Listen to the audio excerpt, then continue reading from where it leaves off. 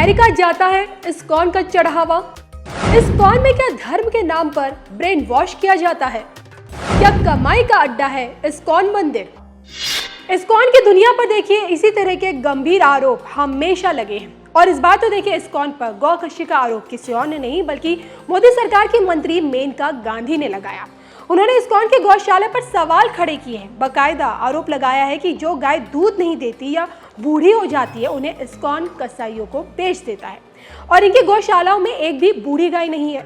हालांकि देखिए इस्कॉन ने इस पर कड़ा एतराज जताते हुए न सिर्फ मेनका गांधी पर 100 करोड़ रुपए का मानहानि नोटिस भेजा है बल्कि जवाब में आनंदपुर इस्कॉन गौशाला के बारे में ये भी बताया कि यहाँ देखिए 75 बछड़े हैं, 72 बैल सांड है और 247 बुजुर्ग गाय हैं। दूध देने वाली गायों की संख्या महज 18 है।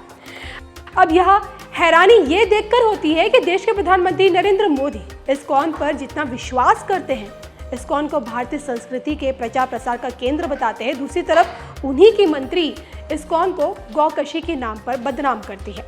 अब ऐसे में सवाल ये उठता है कि इस्कॉन का सच क्या है? इस्कॉन पर चोट क्या सनातन का अपमान है? इस्कॉन पर पीएम मोदी को विश्वास कितना? इस्कॉन की भक्ति का सच क्या है? देखिए सिर्फ धर्म ज्ञान पर।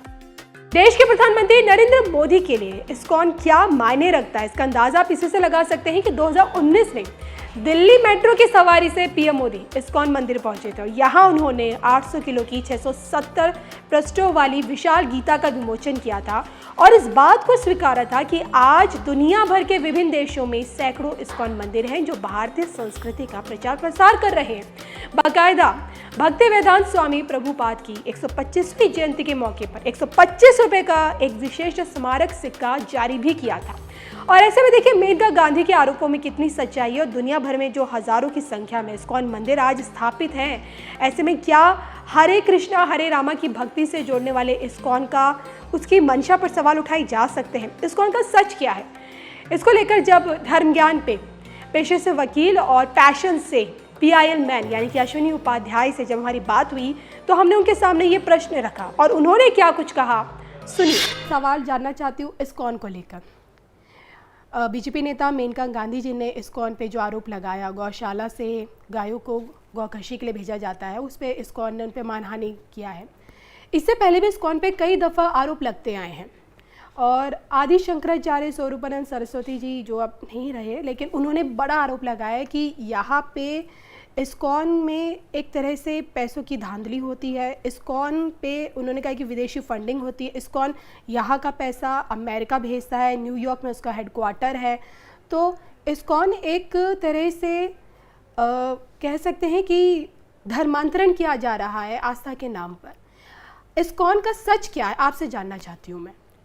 देखिए जितनी मुझे जानकारी है इस्कॉन की स्थापना अमेरिका में हुई और वहाँ जो हिप्पी घूमते रहते थे, ड्रग एडिक्ट थे, नशे मतलब नशा करके सड़कों पे पड़े रहते थे, उनको प्रभुपाद जी ने उनको मेन स्ट्रीम में लाया, उनको भजन करना सिखाया, कीर्तन करना सिखाया।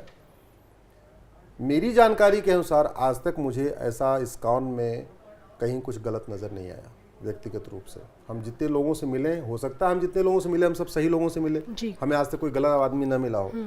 लेकिन एक बात ज़रूर आज मैं कहना चाहूँगा, आज तक किसी भी बड़े नेता ने किसी मस्जिद में अवैध कार्य का आरोप लगाया, किसी चर्च में अवैध कार्य का आरोप लगाया, कभी चर्च में क्या हो रहा है उसको बताया, मदरसों में क्या सिखाया जा रहा है उसको बताया, चर्च किस तरीके से मिशनरीज भारत में कन्वर्जन कर रही हैं उसके ऊपर सवाल खड़ा किया।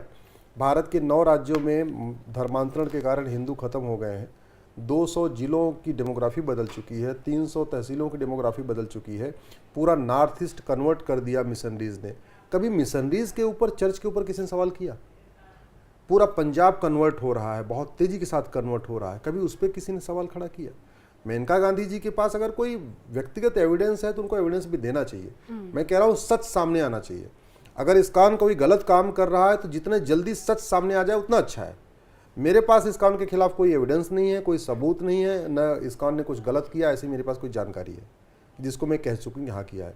और जिस दिन मेरे पास कोई एविडेंस आ जाएगा तो सबसे पहला व्यक्ति हूँ जो मैं उसके खिलाफ कोर्ट में केस भी करूँगा अगर मुझे कोई मिला तो।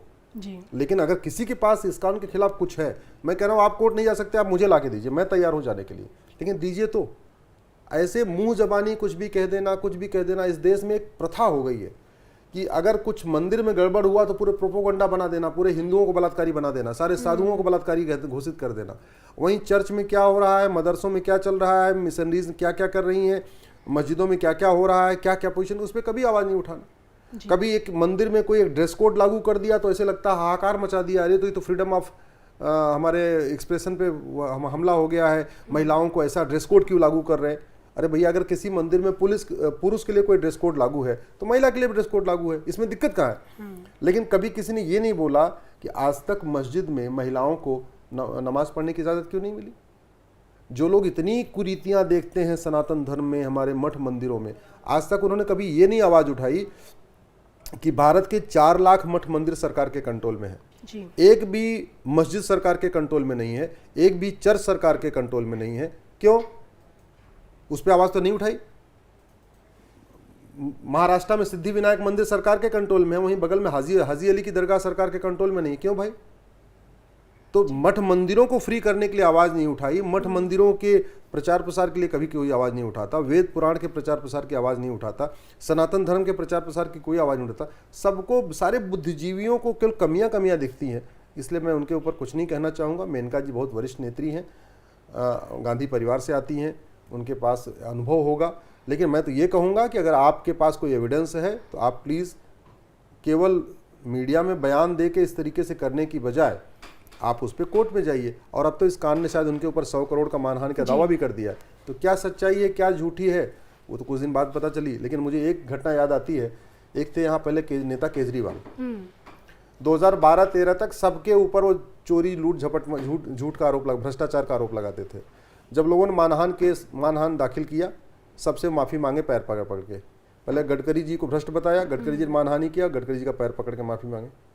जेटली जी को भ्रष्ट बताया, जेटली जी ने मानहानि का दावा किया, फिर उनका पैर पकड़ के उनसे माफ़ी मांगी।